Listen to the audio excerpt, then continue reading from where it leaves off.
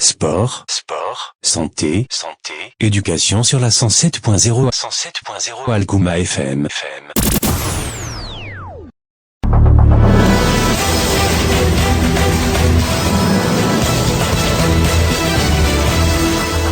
midi demi jot na fii ci suñu studio asalaamaaleykum mbokk yi safoo déglu seen rajo alkuma dal leen ak jàmm ci xibaaru digg bëccëg bi ñu wax leen li fi gën a fës. li gën a fës suñu bopp xibaar Tambacounda maire Mame Balla Lo mi ngi yee askan wi ci jàngoroy coronavirus wàllum dem beeg dikk bi président Salam Transport daan na yëkkati ay kaddu ci matuwaay yi nga xamante ne jël nañu ko ci client yi ñooy liggéey ci Al-Azhar Transport daan nañuy rafetlu kaddu yi njiiti réew mi te dinañ daal di topp li nga xamante ne mooy instruction yi diggante professeur ak élève di ngeen ci dégg kaddu élève bi di nekk ci lycée Mame Cheikh Mbaye mu daal di ci yëkkati ay kaddu tàggat yaram moom la ñuy wuuree suñu xibaaru digg bëccëg bi di ngeen ci ànd ak Awa Keita mu faram fàcceel leen ko mbokk yi bu ngeen taaxirloo ginnaaw bàkk bi ñu yaatal xibaar yi.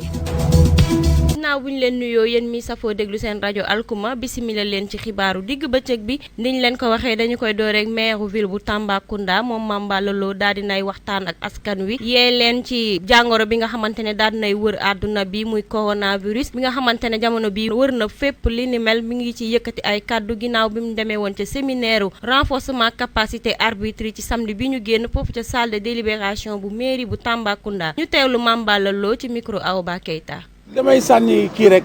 message xamal leen ne coronavirus pandémie la boo xamante ne nii feebar bu grave la laal na àddina bi yëpp te aussi du ay caaxaan kon boobu vraiment ñi ngi lancé appel population bi def très attention di raxas seen i loxo bi ñu wàññi ko barki démb rek président wax na ci américains yi c'est la puissance économique militaire du monde ils ont fermé leurs portes aux Européens ñun ay jullit lañu nous sommes des musulmans la Kaaba a verrouillé les lieux saints mais ñun aussi dañoo war attention joxe loxo yi ñu wàññi ko vraiment daal ñu fexe aussi ba chef de religieux yi nekk ci réew mi ak association sportive culturelle ak yu mën a doon vraiment ñu wàññi affaire ba ñu daan feebar bi au moins parce que aussi bakkan amul njëkk vraiment loolu daal laa am les façons daal ñun daal avec les autorités de la santé danañ toog ñu waxtaan ñu xool xam naa sax ñoom ñu ngi ci waaye ñu toog aussi ñu xool ñun en tant que mairie naka la ñu mën a def pour mën ci jàpp avec le gouverneur avec le préfet en tout cas daal feebar bi garaaw na te aussi nañ ko xamee noonu nañu moytu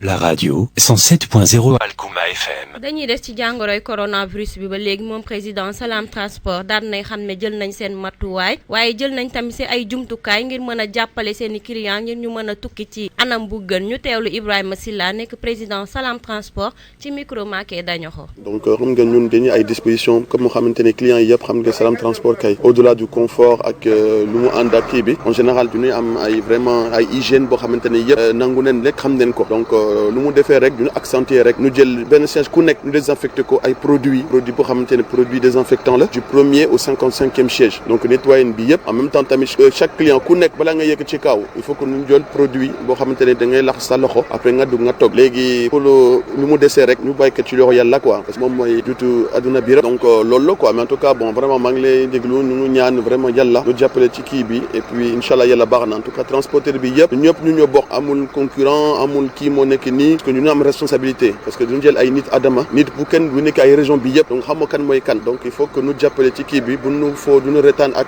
feebar baaxul donc surtout Afrique nu mu mel donc inchallah il faut que yëpp ñu jàppale ko la main dans la main ñu dimbale ko ñu dégg vraiment ay restrictions du chef de l'État bi et puis voilà ñu xalaat vraiment doomu adama nu mu mel et puis yëpp ci hygiène bi mooy kii quoi ngeen baal ma de man sama wolof gi mais j'espère que la radio 107.0 alkuma FM. jàngoroy coronavirus ba tey Al-Azhar Transport daal nañu samp daal di jël seen matuwaay waaye tamit teg benn jumtukaay bi nga xamante ne pour clients yi li ni mel ay gel waaye kit yi nga xamante ne dañ koy daal di raxasee loxo lépp ngir rafetlu ba tey li nga xamante ne mooy décision njiitu réew mi Macky Sall ñu teewlu Malick Ndiaye di liggéey foofu ci Al-Azhar Transport ci micro Simone Bampoki. ñoo ngi nuyu ñëpp di siyaar ñëpp di balu ñëpp ak di ñaan li nga xam ne bi moom la fi nattu bi suñu borom teg ci àdduna bi yëpp na borom jeexal ko ci jàmm ak salaam ba ñëpp delluwaat ci seen i liggéey nekkaat seen i jàmm demlante bi ak dikkalante bi yëpp mën na ne ndigal li président joxe nag ñun ñëpp ñoo ngi koy fas yéenee jëfe ñun ndigal rek ci la ñuy dox waaw transport bi itam ñoo ngi ci transport bi nag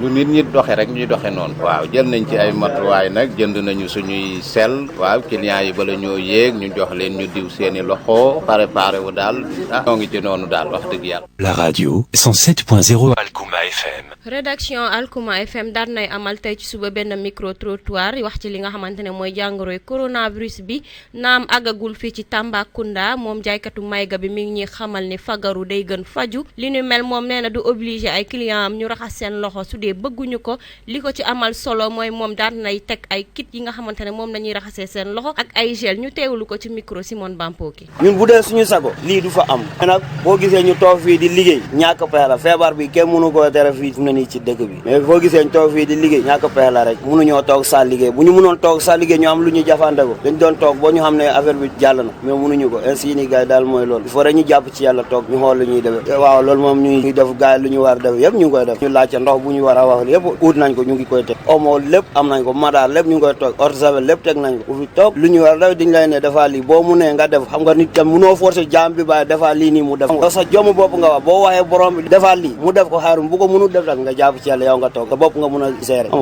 nga nag léegi dañuy wéeru ci borom bi rek ñu jàpp ci yàlla ñu ñaan suñu borom booy yàlla nañu yàlla jàppale feebar bi génn ci dëkk waaw ku ñu jote jàpp ñu def yàlla nañu yàlla jàppale ñu wéer jàmm loolu dong la ñu mën a wax. La radio 107.0 Alkuma FM. bu ñu jógee ci loolu dañuy wax ci njàng meeg njàngale bi Mariam Aydara nekk élève ci classe première daan nay yëkkati ay kaddu wax ci ñàkkum jàng xale yi jigéen ñi moom nag daan nay xamal ne nit ki ci boppam da ngaa war a dem jàngi ji ndax nekkul li nga xamante ne perte de temps la li ni mel mi ngi ci woo kaddu ñi nga xamante ne ñooy suñu mbokk village waaye ñu daal di yóbbu seen doomi jigéen ñi ca école ba ñu mën a jàngi ñu teewlu Mariam Aydara ci micro Awadiko. man ci sama xam-xam bu gàtt vraiment prof ak élève moom ci cadre jàng la ñu war a am benn boobu rek la ñu war a am koy ñaawlu bu baax a baax parce que quel que soit alpha jigéen dafa war a jàng du jigéen nit laay wax sax mbindeef dafa war a jàng parce que jàng dafa baax même bu fekkee du cadre pour nga am liggéey parce que yenn yu bëri di nga ko mën a fajal sa soxla di nga mën a lire doo woo kenn bindal ma numéro wala xoolal ma kii wala di nga gis certaines personnes ci yoon bi dañ lay arrêté indil ma tuur kii mais loolu rafetul xam nga loolu yow boo jàngoon doo soxla sax ku lay wax ni tey détournement xaalis yu bëri ci loolu la parce que jànguñu xamuñu en tout cas daal nit dafa war a jàng si boppam waxuma la jigéen sax ñooñu di xalaat loolu parce que ñooñu man daal du ma gisé kenn ku nekk sa xalaatu bopp mais en tout cas daal man lu ma gënal ñëpp a jàng parce que jàng yàlla sax da ko njëkkee santaane waxuma la français rek mais alxuraan sax da nga ko war a jàng mais toog ñàkk jàng loolu dafa mel ni gumba buy dox rek xamoo foo jëm yaa ngi dem surtout jamono bii ñu tool parce que gis nañ même yenn patron yu jàngul woon ñoo ngi nii di fay ay professeur ñu leen di jàngale dañu bàyyi xale yi ñuy wax duñ jàng ay perte temps la du perte temps parce que xam-xam doo ci mus a perte am nga liggéey amoo liggéey doo ci mus a perte parce que yow boo jàngee amoo liggéey mais mën nga lire kenn du la sonal mën nga faj sa soxla n'est-ce pas la yónnee di nga ko mën a lijjën. La radio 107.0 Alkuma FM. dañuy desandeg moom ba tey moom Mariam Aydara mu yëkkati ay kàddu jëmale ko ci relation bi am ci diggante jàngalekat beeg élève bi moom nag mi nga xam ne relation boobu dafa war a nekk rek loo xamante ne professionnel la ndax jàngalekat yi ay yarkat lañ te dañoo war a nekk ay royukaay ñu teewlu ko ba léegi ci micro Awadiko. man ci sama xam-xam bu gàtt vraiment prof ak élève moom ci cadre jàng la ñu war a am benn boobu rek la ñu war a am ci sama xam-xam parce que enseignant moom dafa war a éduquer di jàppale élève am mais bu demee bay moom ci boppam moo war a wane bon exemple bu demee di def yenn sudul noonu moom vraiment xamatuma ci dara te am na élèves yoo xam ne moom mën nga leen jege parce que am na ñoo xam ne boo leen poussewul am nañ xam-xam bi am nañ capacité bi mais dañoo besoin benn coup de pouce mais loolu lañ wax mais pas yenn yi moom c'est pas joli vraiment li ñuy gis ci léegi moom vraiment c'est pas joli bien sûr ci benn côté bi war na ko yor mais beneen côté bi moom war ko yor comme gars yi niñ koy defee léegi sama mbokk yi rek nañ ko ciy waxee noonu puisque boo yoree numéro prof benn côté bi nga ko war a yoree mooy des fois di nga càng soxla yenn yi pour nga wax ko mu informer la ci yenn affaires yi ci classe yi ak parfois tamit di nga am ay exercices doo ko mën a comprendre ngay traité seen kër doo ko comprendre waaw mën nga ko woo mu expliquer la mu jeex mais à part loolu moom aroo yor numéro bi parce que avant tout sa professeur bu nekkee sa xarit sa mag la soit sa papa la sa xarit la war a doon ampli pour nga mën a comprendre prof dafa war a doon xaritu élèves yi pour ñu mën a comprendre waaw ci cadre boobu daal laay waxee. Le sport.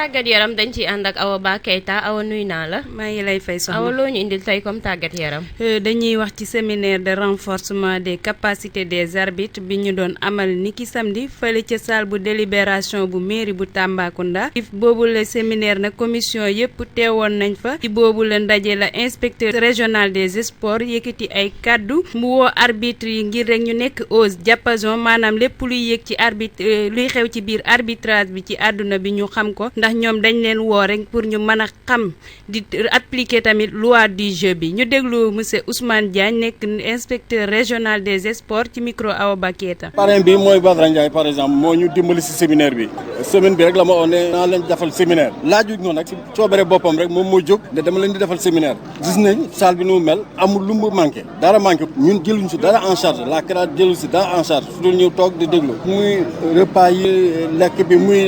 yëre yi ñu si sole ak matériel bi yëpp Badara moo ko joxe donc moom dañ koy gërëm rek parce que c'est un arbitre fii la commencé arbitrage am te muy continuer ba léegi duñu jàppale bon loi yu ñu nar a xoolaat yi loi yu bees la d'ailleurs commencé nañ ko appliquer si terrain bi mais daf ñu gën a yokkal rek xam nga njàng moom du wees comme on l'a toujours dit quoi njàng du wees donc ce qui veut dire tey capacité yu ñuy joxaat yi day gën a renforcer waat suñu arbitrage si terrain Sénégal yi quoi arbitre yëpp la concerné que ça soit élève arbitre district kon dañ fa actuellement nous sommes plus de 60 d'ailleurs parce qu'il y a quelques arbitres de Bakel ñoo xam ne ñëwuñu mais une partie ñëw na waa Kotiari ñëw na waa Goudiri ñëw nañ donc nous sommes à peu près dans la salle plus de 60 élèves et arbitres gradés non du gulet ñun par exemple il y a à peu près 2 mois de cela CRA Tamba bi rek defoon na séminaire bu mel ni CRA Tamba bu mel ni def na ak nos instructeurs que ce soit Afa Faye ak Signaté heureusement que jour boobu Fadouma Dia mu ngi fi woon dimbali nañu encore ci formation boobu donc bi c'est une formation qui vient encore nous renforcer. La radio 107.0 Alkuma FM. moom inspecteur bi fàttewul yëkkati foofu seen bëgg-bëgg lu ci matériel didactique lu mel ni ay sifflet drapeau ak tableau magnétique ci jamono jooju la profité moom muy rafetlu rek acte bi nga xam ne parrain bi def na ko ci boobu séminaire bi nga xam ne benn fan la durée ñu déglu inspecteur bi ba léegi. ñun de arbitre yi ñu ngi def le maximum ñun nag xam nga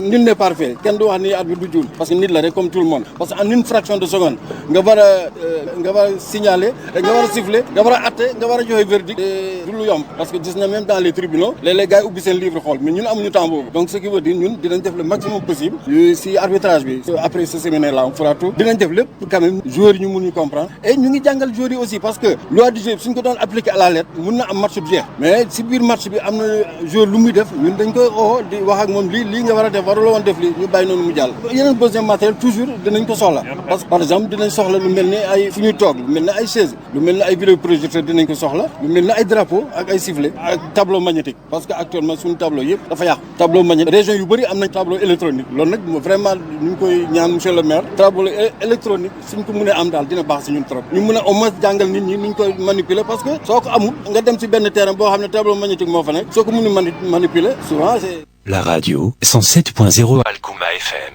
ci tàggat yaram la ñuy des ñu wax ci confédération africaine de football bi nga xam ne mu ngi yëgle ne coupe d'Afrique des nations bu jigéen ñi war a amal 2020 ci juróom-ñetti fan jàpp fukki fan ak ñeent ci weeru avril du am ak tamit coupe d'Afrique des nations bu jigéen ñi nga xam ne seen at yeggul ñaar fukki at ñu waroon ko amal niki ñaar fukki fan jàpp ñaar fukki fan ak juróom-ñeent ci weeru mars bii ñu nekk ñoom tamit reporté nañ leen niki naka noonu éliminatoire coupe d'Afrique des nations bi tamit arrêté nañ ko ñu jeexalee ko ci coronavirus bi nga xam ne jamono ji mu ngi perturber monde sport bi gannaaw bi nga xamee ne basketteur bi président club Olympiakos bi entraîneur Chelsea ak benn médecin am nañu feebar boobu fukki joueur ak ñett tamit laale nañ ak feebar boobu ci championnat européen yi lii la ñu fi amoon ci xibaaru tàggat yaram soxna. ñu ngi lay jaajëfal Awa Keita ci yooyu la xibaar tàggat yaram mbokk yi ñu fàttali leen li gënoon a fës ci xibaar yi.